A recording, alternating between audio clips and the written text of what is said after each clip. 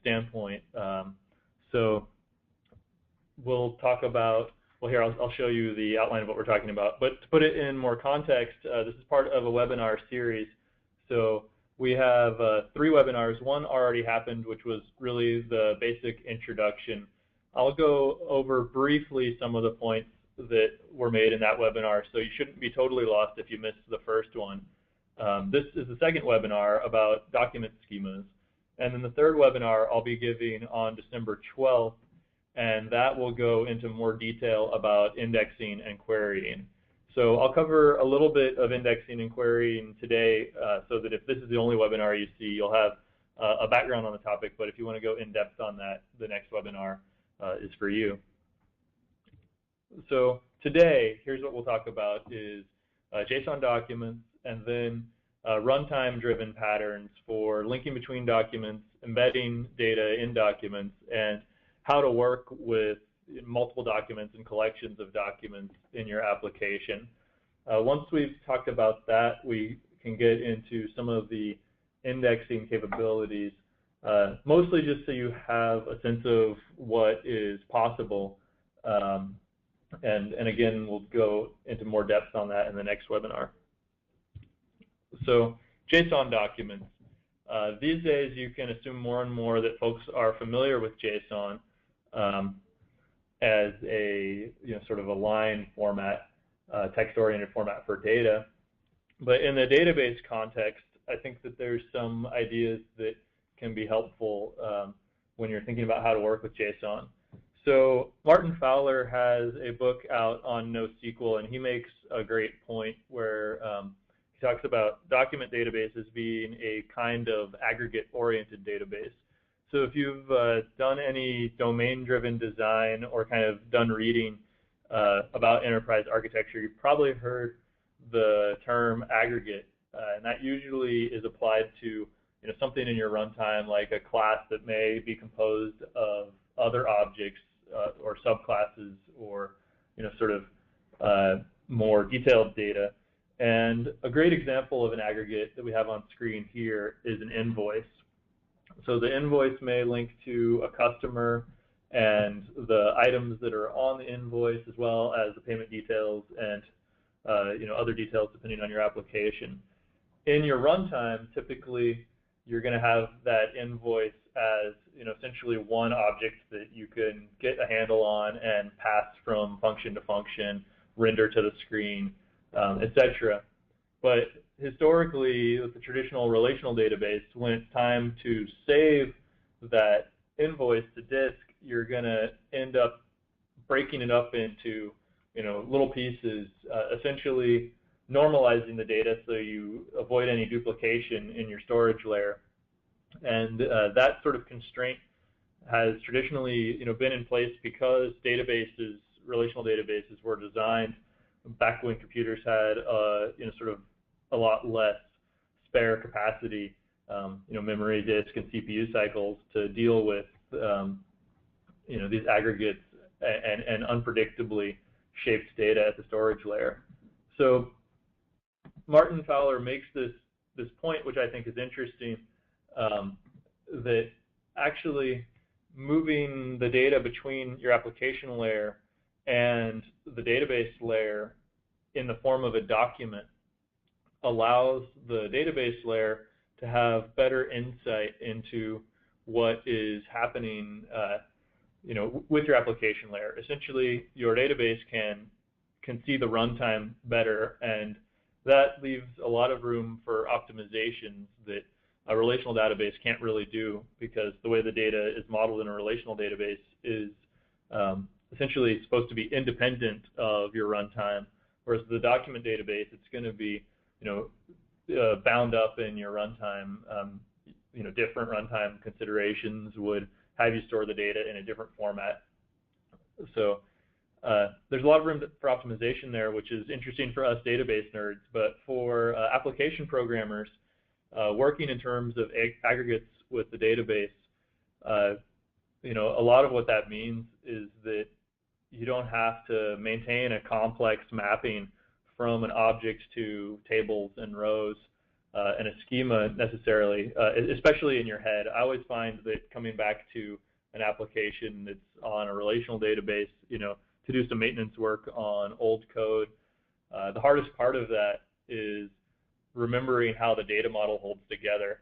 And essentially you've got to bring your mind back up to speed with what the computer is doing, and essentially a relational database structure only makes sense when you look at the indexes and queries that are applied to it. The individual rows on their own are often just columns of numbers.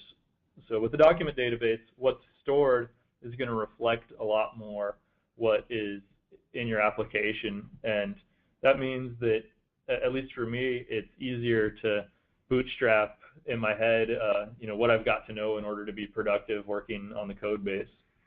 And we've done some surveys with developers who have echoed that sentiment. So I think it's safe to say that, at least for the use cases that document databases really shine in, it can also be easier to develop with. So here's an example of some JSON. It's essentially a line format that contains most of the basic types that your average programming language is going to have, like numbers and strings, arrays and objects. And most programming languages can pretty simply translate between native types and JSON. So that's a big part of what's made JSON the sort of de facto language for REST APIs in the last 5 or 10 years, and that's going to continue, I think, to grow as people move to these sort of more modern architectures. In the database context, a document is really just a JSON object that is stored under a particular identifier. That identifier can be meaningful to the application, or it can be a random string. The only constraint is that within a given database bucket, the ID of one of these documents is unique. So you can save the document under an identifier and then retrieve it from that identifier. And that means that you need to have a way to find the identifier so that you know which document to load. And a big part of this talk about document relations is essentially about how documents can either embed other document identifiers or can otherwise sort of link between these pieces of data using the identifiers or by embedding the data directly in a document. So here's an example of sort of a runtime object that would be persisted in JSON. So last name and some favorite colors, some other information. And when you go to save that, essentially you serialize it as JSON, and you end up with a structure that you see on the right there. You've also got to pick an identifier for it. So in this case, we've used an email address because that's pretty good for being unique in general. And then in the reverse case, when you load it, you're essentially loading this JSON string from the database and deserializing it back into one of your runtime objects. So again, what's appealing to a lot of JSON users is that serialization and deserialization is pretty straightforward. There's not a whole lot of mystery or having to follow a bunch of links between tables in order to do that work. So yeah, this is the process of saving and loading it. Now let's look more at Couchbase specifically and how Couchbase documents are maybe different from other document databases that you've looked at. What we do in Couchbase is we give you, the developer, complete control over the document data. So it can really be anything. In this case, we have some JSON that's describing a particular beer and which brewery it came from and how strong it is from an alcohol content standpoint, and some other information. And really, this document can be anything. We're not going to talk much about non-JSON documents, but raw binary data can be stored to Couchbase under a unique identifier, just the same as JSON can. JSON gives you a bunch of querying advantages, and is otherwise a pretty good standard for dealing with these runtime data structures. But if you have a legacy application that's storing binary data or data that uses a different serialization format, that's also acceptable in Couchbase. So that's the green part, which is all user data. And then at the bottom of the screen, I've got the purple box here, which is representing the meta document, essentially, which you can think of as some JSON that sort of shadows your data with other important information about the document. In this case, I'm showing the ID, but other fields are also visible there. So the expiration time of the document, also the CAS key, which we'll talk about later, which allows you to have some more consistency in your operations. So all that stuff is sort of alongside the document rather than embedded in the document, which gives you the flexibility of completely controlling what you store. And that's a big difference from other document databases, which will impose certain constraints about particular key names within a document. So if you haven't worked with Couchbase, that's one of the things that might be a little more relaxing, is you can store whatever you want in the document.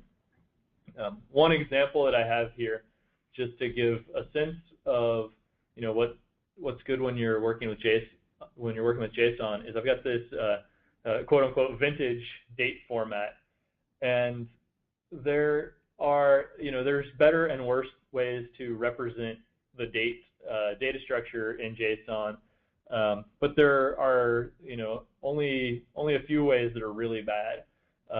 So rather than stressing about how exactly am I going to represent my dates, it's often better to just store a serialized timestamp string of whatever is sort of efficient for your programming language and runtime.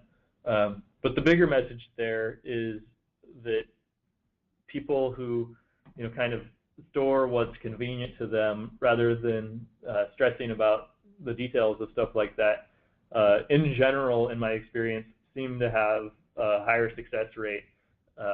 So the lesson is, you can afford to make it easy on yourself as a developer, rather than having to run every single field through some kind of validation and transform on the way in and out of the database. We'll come back to that point later. So what does this mean for developers? I think that the big thing that you're really going to feel is not having to do alter table. I know that in sort of my past life as a Ruby on Rails developer, one of the big sticking points that kind of slowed down a team was trying to agree on what is the schema of the database and managing database migrations. With NoSQL and JSON documents, you just store the data you want to store. And so if a new developer adds a feature that requires a new field on user profile documents, they can just start storing that new field as the code is running. As long as the code knows what to do in the absence of that field, you're going to avoid all that coordination overhead of knowing what the what the schema is of your database. And the point about emergent schema, I'll make some in the second half, and then we'll also talk about it in the next webinar in more detail.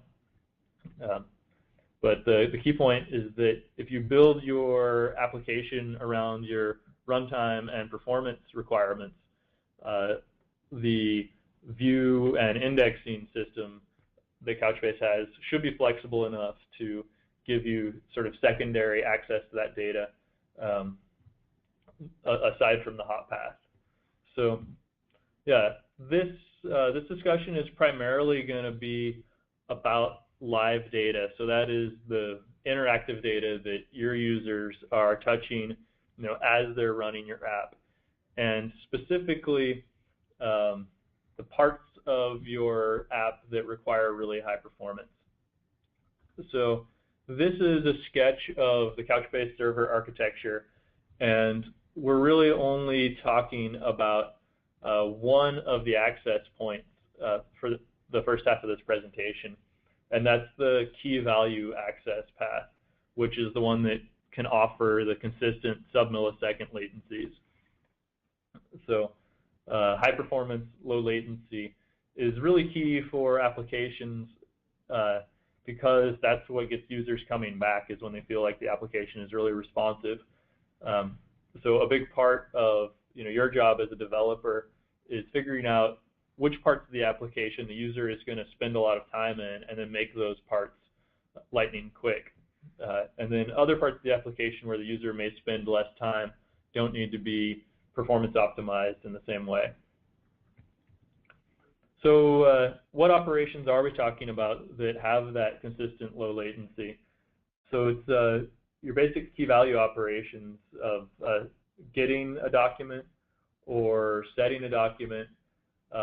There's also some variations on settings. So there's add and replace, which do what they sound like they would do. They essentially protect you from either creating something when you really meant to update something, or if you don't want to create something but only want to update something that exists, it gives you those capabilities. And then there's compare and swap, which we'll talk about later, which gives you some consistency guarantees, essentially making sure that you are overwriting what you think you're overwriting. So we'll come back to that in a use case context in a minute. There are also some atomic operations, so increment and decrement.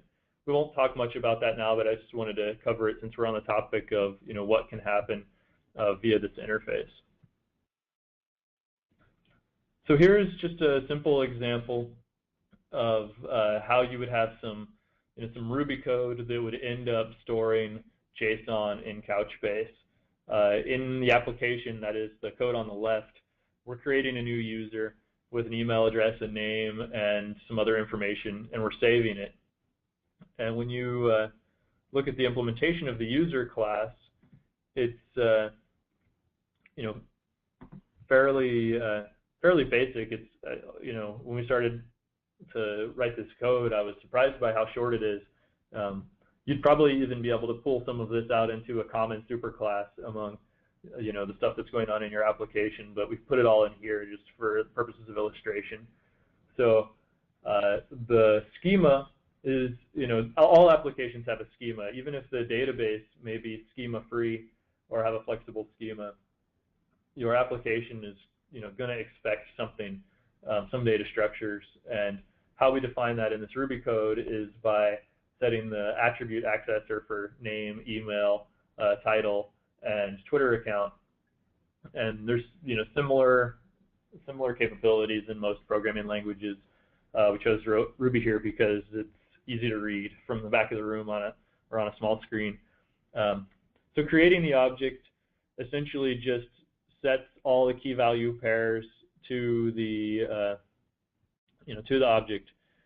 This is just in memory. And then when we call save, we go grab the Couchbase bucket and just run a set with the email address as the key. So now you're going to be able to access that data from that email address. And the initializer will also work on parsed JSON that you would get back from a GET. So it's pretty transparent to set and load this object in Ruby.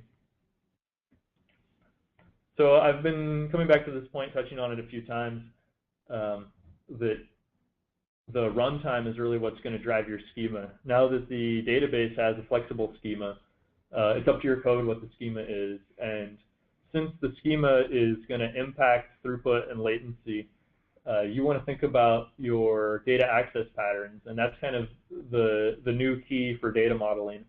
Rather than modeling your entire application to have the least or to have the least amount of duplication, to have the most normalized schema, where I've seen, for instance, Ruby on Rails apps that have a class just to maintain the relationship between two other tables. Typically, you'll end up with your runtime sort of representing the stuff the user sees or the user gave you to save. And then you're going to want to think about how to interact with the database for performance. If you want to get more in depth about this particular aspect of the sort of designing a schema, I've got a blog post there, and Googling for performance-oriented architecture brings it up on the first page of results for me. If you want to bring it up higher, maybe put Couchbase or jChris in the query and it'll come up higher. Maybe easier than trying to type that whole link in. And in that I go into a lot more details about how to decide what your hot path is and model your data around that. The gist of it is that when you start to get into real application, it's essentially the same question that you would have had in a relational database, and that's, when should I split my data structure up? How fine-grained should my interactions with the database be?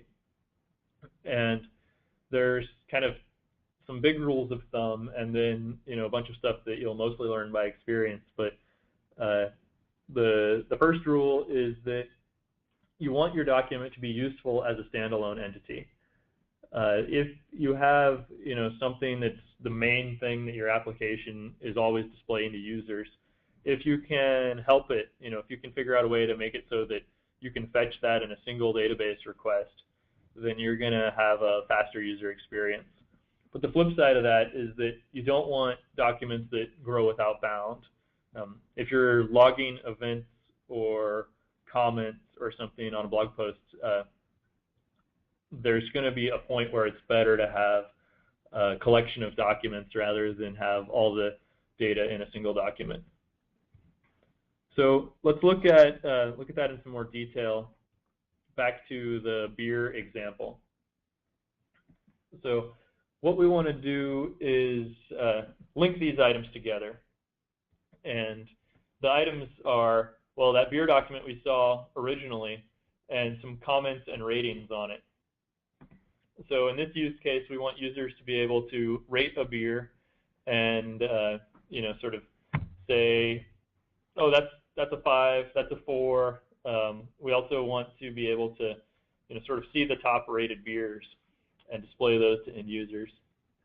And then we also want users to be able to put longer comments or descriptions of the beer, essentially the same thing you would do with a blog post and comments. So there's a few ways we could do that. We're just going to pick one, and it's one that I think makes sense. And also, we can kind of show off two different techniques. So in this case, we're going to embed the ratings directly in the beer document itself, but the comments will create new documents for that. So here's a look at all that schema, or almost all the schema that we're going to be dealing with. There is the comment document here in yellow, which has an about ID, which links back to the beer, and a user ID, which links to the user who gave the comment. Then there's actually the comment itself and a timestamp. On the beer document, the green one that we can sort of see half of it there, down at the bottom we've got the ratings, and the ratings are in a hash map data structure that enforces that any given user can only rate a given beer one time. So every user has the option to rate a beer, but this data structure means there's no way that a user can rate the same beer twice. Also, one of the advantages of having the ratings inside the beer document is it gives us the ability to do some analytics about top-rated beers, which we'll come back to in a minute.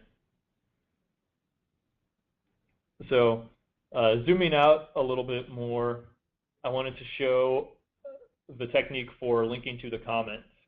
And there's actually a couple of different ways we could do this. Assuming that the hot path for your application is a list view of all the beers and with the rating embedded in the view and a link that says how many comments there are, and maybe you click the link and it folds down and shows the comments on the beer. This data structure will give you that in a high-performance way. So the ratings, of course, are embedded. It's trivial to take the average rating. And the comments are not embedded because they're a fair amount of data. The document would start to get really large if all the comments were in there. So instead, what we've done is created an array of comment IDs where if you look in the bottom of that green document, it's essentially just some random keys, and each one of those is going to correspond to a comment. So we're not showing the associated meta documents right now for each of these, but that yellow comment there, it's got probably the ID F1E62 referenced from the green document. So we'll look at the technique of how you would load that in just a minute, but first let's figure out how you'd save it. So we want to save that comment. We're going to run a line of code that just saves it, client.set under that particular identifier, and then the JSON object. So most of our client SDKs will serialize your native data structures into JSON for you. In this case, we're looking at a programming language that has native data structures that look a lot like JSON. So JavaScript is an example. And there are other programming languages that can parse JSON natively as well. That's really a detail. So what we're getting out of this here is that meta document that says what the ID is. So we would really sort of need to save the comment first and then update the beer document with the link to that comment. So here we are zoomed in on this again, and you can see that the beer links to the comment, and the comment also links back to the beer. So although we don't have a use case that requires a high performance ability to get from comments to beers, we do want to be able to do that if we need to. So we've got that reverse link in there as well. The use case that might work for is if a user logs in and wants to see all their comments in a single view and then browse from the comments back to the beers, that reverse link would be useful for that. So now we get into some of the more sort of performance-oriented stuff. So there's kind of three ways we could get from a beer to its list of comments, and I'll go through them all. The first one here is a loop. It's sort of the naive approach, where you would load the beer document, and then for each of the IDs in the array of comment IDs, you would go load that particular comment by running client.get.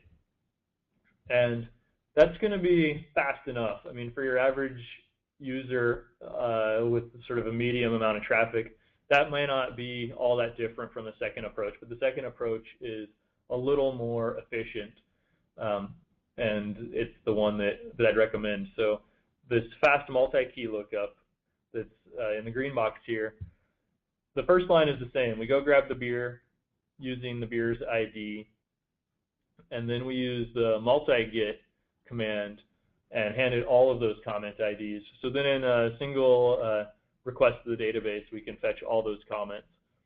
So that avoids having a whole lot of chatty interaction with the database. Again, when you get down to the details of what's happening on the line protocol, the serialized loop and the fast multi-key lookup are not going to be extremely different, but the fast multi-key lookup can have just a slight performance edge over the serialized loop. Now, you could also run a view query. That's going to be the slowest option. Not that they're incredibly slow, but they just don't have the blazing speed of the key value API. So in this case, we don't even need the beer document with its list of comment IDs. If we really were going to go with that async view query for our model, then we could leave the comment IDs off the beer document. That's one of the advantages of views. So we just need a view that arranges all the comments based on the ID of the object they're commenting about. So in this case, we're looking up comments that are about the particular beer that we've been looking at. Most applications are going to have all three of these patterns depending on what you're doing. So your hot path, the one that users are spending the most time in and have the most performance expectations for, that's what you're going to want to do the multi-key lookup. The view query, however, because it doesn't impose as much on your schema, you don't have to actually store those comment IDs to be able to run the query. What it's great for is, after you've built out your schema with the hot path in mind, and you have your application working for that, and now it's time to add new features. You didn't expect to have the requirement that users wanted to find all the beers they had rated, their personal beer diary, I guess. But it turns out that that's a feature that some people want. It doesn't need to be extremely fast, but it does need to be there. So the view indexes allow you to add those secondary features as the requirements come up. I'm going to pause here and see what questions we've got. So there's a question about document size. And the question is, if I've got a large document, how do I store it in Couchbase 2.0? The background is there's a 20 megabyte limit for values in Couchbase. And if your document is larger than 20 megabytes, then you're going to have to split it up somewhere in your application code and store it as segments and then stitch it back together. We actually have an open source project under Couchbase Labs on GitHub that is a better approach than something that you would hack together in a few minutes. Probably it's called Couchbase File System, CBFS, and it does sort of a reliable and distributed storage of large blobs using Couchbase. So check out CBFS if you really do want to do some sort of large asset storage using Couchbase. Let's see. So the other question we've got is about the actual sort of unit of exchange between your application code and Couchbase. So the question is, can Couchbase give me the ability to request just a subsection of the document when I do a get rather than getting the whole document? And the answer is, via the high performance path that we're talking about right now, no. You're going to get the whole document and save it back. And so that's one reason why the idea of architecting your schema so that it reflects your high performance requirements, that's where that comes from. So if you're reading and writing the things that you need to display your data, that's going to be sort of the most optimum case. If you have a large document and you just want a subset of it, oftentimes it's going to be faster to load the whole thing and then sort of slice it up in your application code than the alternative. So with the Couchbase views, it is possible to segment the data inside the indexer and index different segments independently. Again, the memory layer is going to be servicing requests in under a millisecond, whereas the view layer is going to be, hopefully a single-digit number of milliseconds, but that's a lot slower than the key value use case. The view layer is also, essentially what's going on there is that the key value interface is a memory-based lookup, and the view layer is on disk. So it's also possible that under higher load, it's not going to, its performance won't stay as flat as the memory-based stuff. So really the answer is keep your hot path in the key value layer if possible.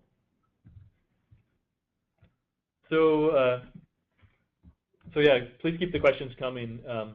So let's get back to this beer example. We'll talk about ratings. So this starts to get a little bit more complicated. We're going to introduce the CAS operator. That stands for compare and swap. So the idea is you may have a whole bunch of users that all want to rate a beer, and it's the same beer.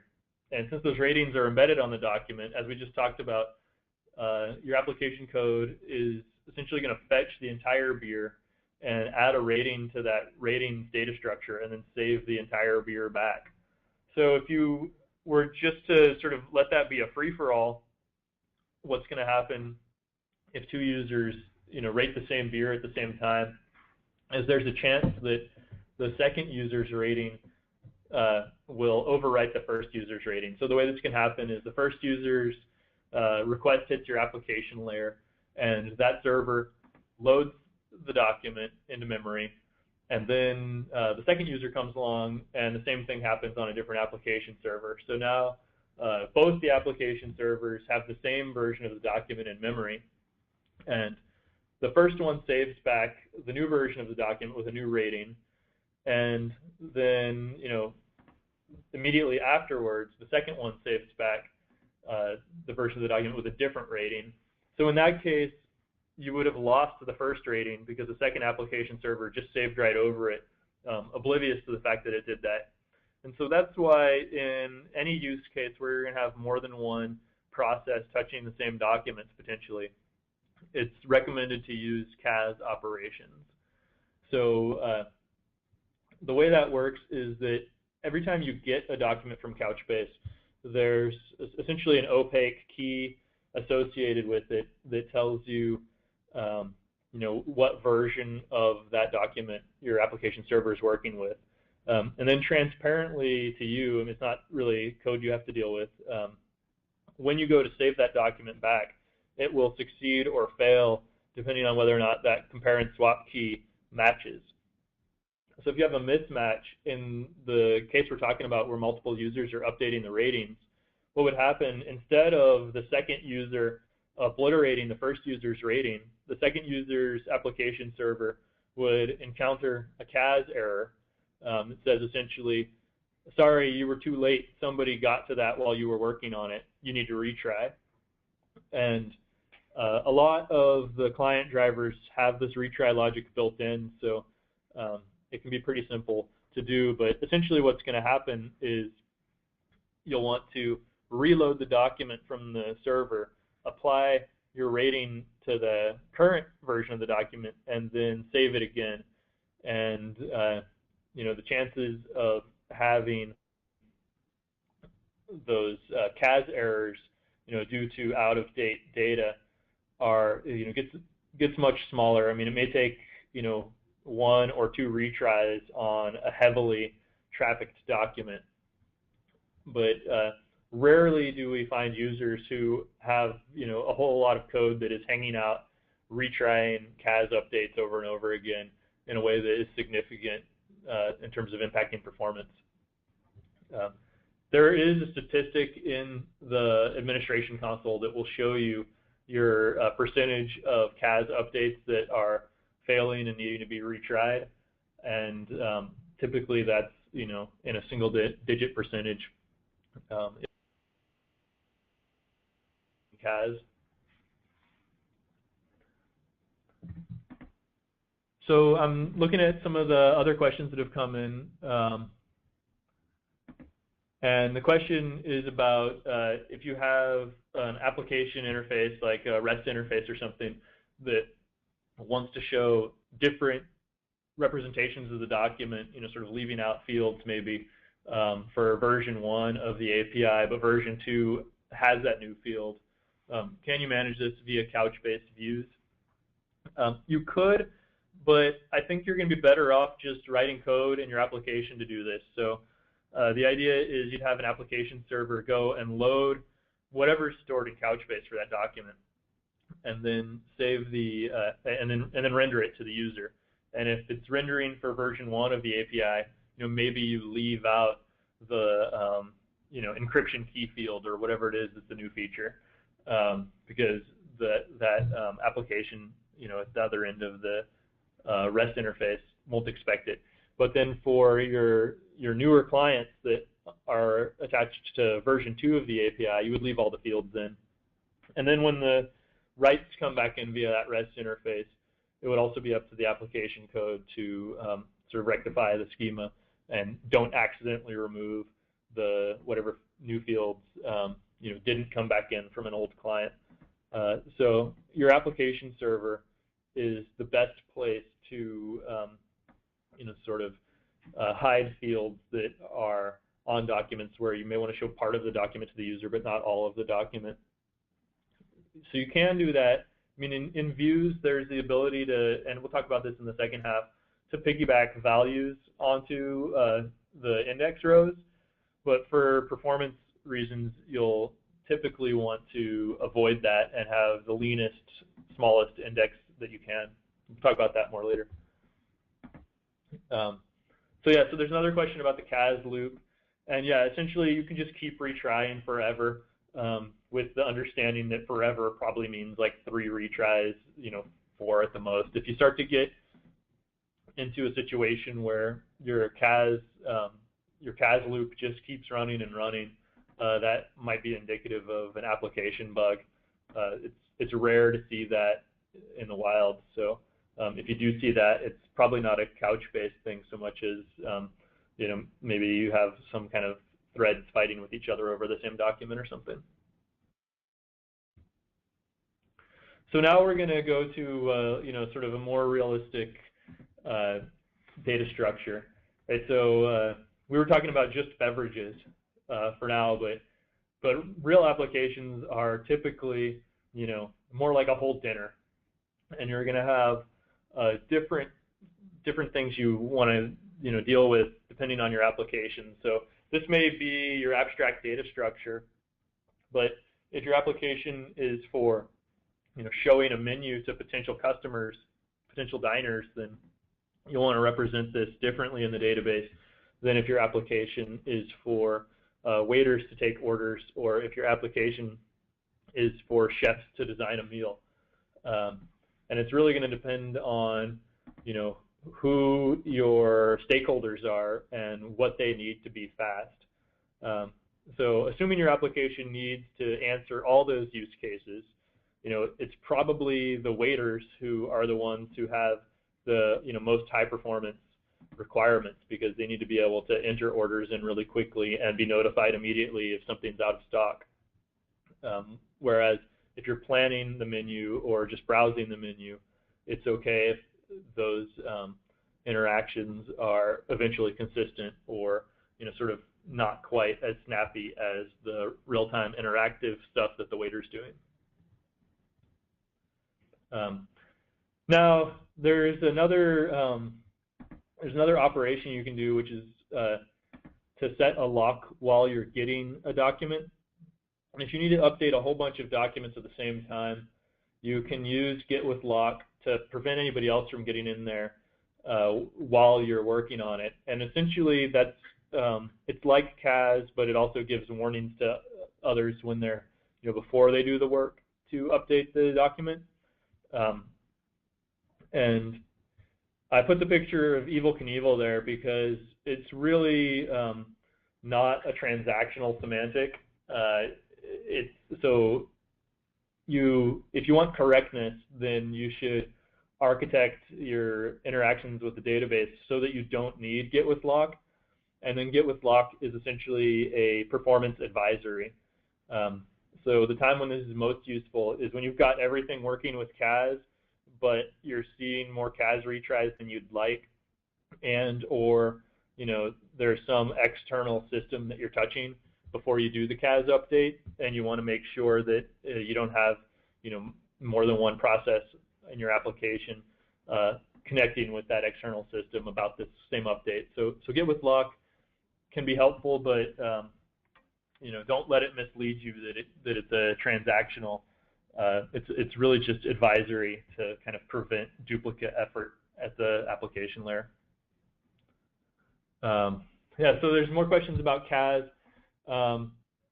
You should read, essentially, if you retry CAS 5 times, if you retry CAS 20 times, that's maybe going to be 20 milliseconds. And that's not as fast as you'd like it to be, but it's not the kind of thing where the user's going to close the browser window and walk away. So really, if you have an application where it's on a regular basis taking multiple CAS retries to get something done, that's an indication that maybe you want to split that document up into smaller documents so that you're able to independently operate on them and then have less CAS collisions. But if you have single-digit numbers of CAS retries happening, I would say that's not really something to sweat about. There's probably better uses for your time in terms of optimizing your application before you get back to trying to figure out why you're getting 1 or 2 CAS retries. So there's a question here about CAS and retries and locks, and so the scenario that we're thinking about is, like, let's say you have a CAS loop that is never going to finish, and it's not because of the database, but because there's actually, say, a bug in the code or something. And the concern is, will that lock the document for other users? The answer is no. CAS is optimistic concurrency control. So the idea with CAS is that it allows other application servers or processes to get in and modify that document even while you're working on it. And it only notifies you when you go to try to save that document, that you're too late and you need to retry. So that's the advantage of using an optimistic concurrency control. If you're doing Git with lock, the locks, I think, time out in a few seconds. I think it may be 30 seconds. So even if the process that ran the Git with lock crashes right away, your documents will become available for update soon. So now we're going to switch gears and talk more about views. So this will just be an overview so you understand what you can do with views. We only have a few minutes left today, so I'll go kind of quickly, but I want you to get a sense of sort of the other side of the coin here. So I'll talk a little bit about the life cycle of a view, and then talk about sort of how you can use it, and then show some examples. So if you've never worked with these views before, they're not that different from the indexes you may be familiar with from a relational database.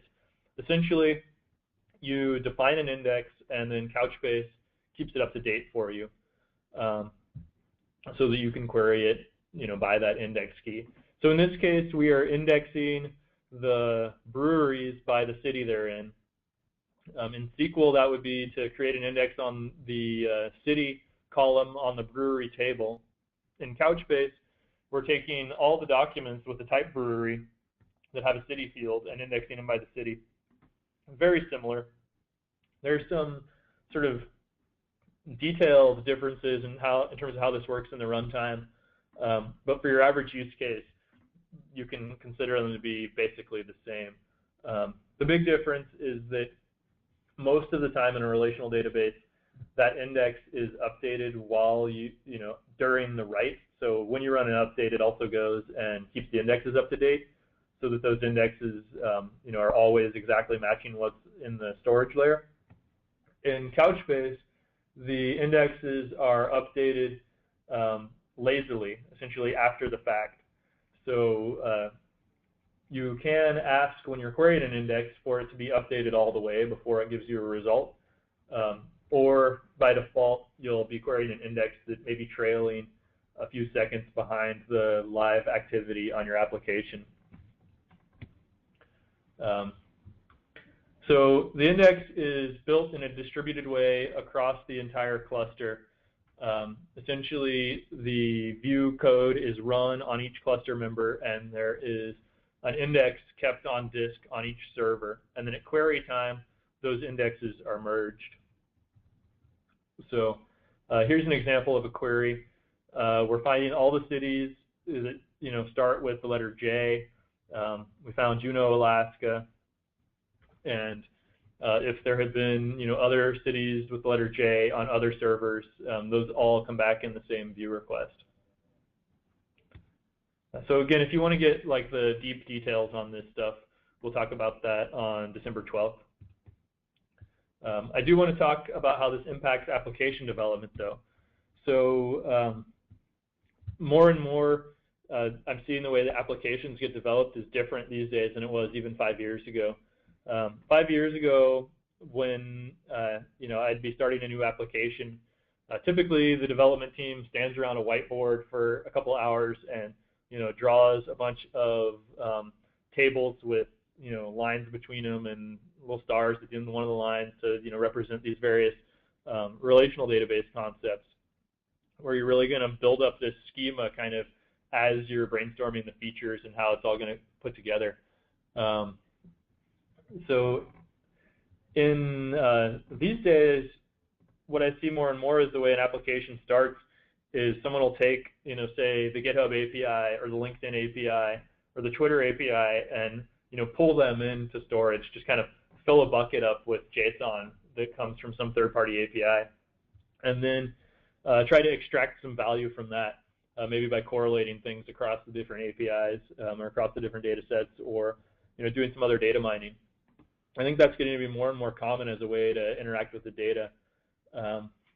So my suggestion, this is kind of from what I've seen, based on what people have succeeded with, is that if you take that same approach to your actual application data, the stuff that your users are handing you, it allows you to focus on the user experience rather than exactly how you're going to structure that in the database. So rather than having a rigid schema that you check everything against as it's coming in, the attitude of, well, the user gave me this, they probably gave it to me for a reason, I should save it, seems to work well.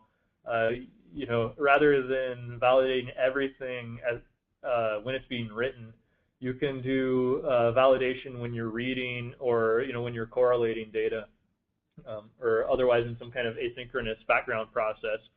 And that allows you to sort of optimize your time to be thinking about performance and the user's experience, rather than thinking about exactly how stuff is going to be laid out on disk in the database, or exactly what the relationships are between your data.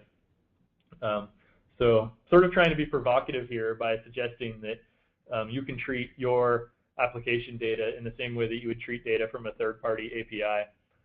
But I've seen that work and bring success in more and more cases. And the views allow you to make up for some messiness in the data by normalizing the different schemas that you may see into sort of a consistent view for your application layer after the fact, rather than having to reject user data because it's from an old version of the client or something. So yeah, here's a great performance question about the interface between memory and disk. So how long does it take for an update in memory to get to disk? There's sort of a couple of answers to that. Basically, what happens when an update comes into Couchbase is it gets committed to memory on the node that is in charge of that particular data item, and then optionally, the client can treat that as the end of the story, or the client can wait for farther events. So the next thing that's going to happen is it's going to be replicated to memory on another node in the cluster. So now you've got it in memory on more than one node. The client can also treat that as the end of story. But if what you really want is full durability, then you're also, the SDKs at least will see events that correspond to that data item being persisted to disk on one or both, or however many nodes that you have it set to persist to. And depending on how much traffic and the size of your cluster, that could be varying amounts of time. For sort of a write that you haven't specified, I want to wait for this to go to disk, it's going to be in line with everything else that happened. So we have a disk write queue that can grow if the number of operations is exceeding your disk throughput. That disk write queue is going to get bigger and bigger, and then as the wave of traffic subsides, then it'll drain the disk, and so that's going to be a variable amount of time. Typically, in a cluster that's correctly sized, it's going to be on the order of seconds. But when we've seen users get surprised by huge amounts of traffic, it can take a lot more time. If you observe a write, so you want, you mark that particular set operation and say, I don't want my code to, move on to the next line of code until this is on disk, then that particular operation gets prioritized and moved to the front of the disk write queue. So typically those latencies are going to be sub-second, unless you really have a problem with your disks. So hopefully that answers that question.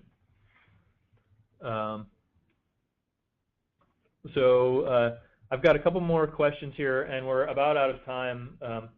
So I guess I'll just leave this on the screen as a teaser for what we'll learn about in the Views webinar on December 12th. This is just a web interface for dealing with writing and querying views.